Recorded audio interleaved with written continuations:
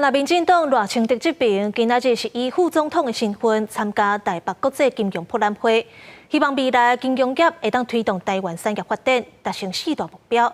那民进党的副总统参选人萧美琴今仔日去到立法院，话讲要拼选调国会过半。会是哪一个呢？好，是办公杯。体验小游戏，选到事办公杯。赖清德以副总统的身份参加台北国际金融博览会。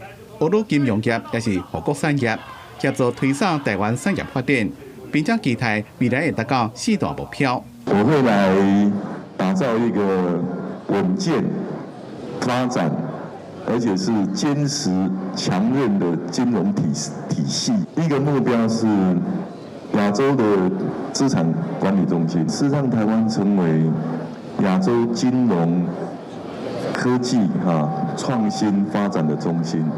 赖清德的竞选副手萧美琴是登到做过世界立委的外头厝立法院，民进党团发高级动员令热情迎接。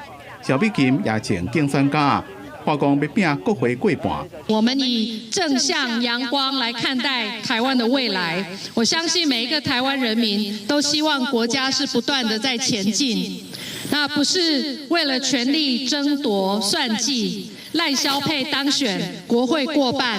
大家一起加油！民进党秘书长柯立明是被无分区的立委参选人，包括政管基金会执行长林月琴、台北大学犯罪学研究所的所长辛碧荣、演员郭有情等人到中山会登记。选战不管怎么走，我们其实一直强调很多次，不管今天是1对1还是1对多的选举，民进党会用自己坚定稳健的步伐。对于在野协商破局各自参选，柯立明表示，选情变化真大，民进党会按照既定的步调来拍选战。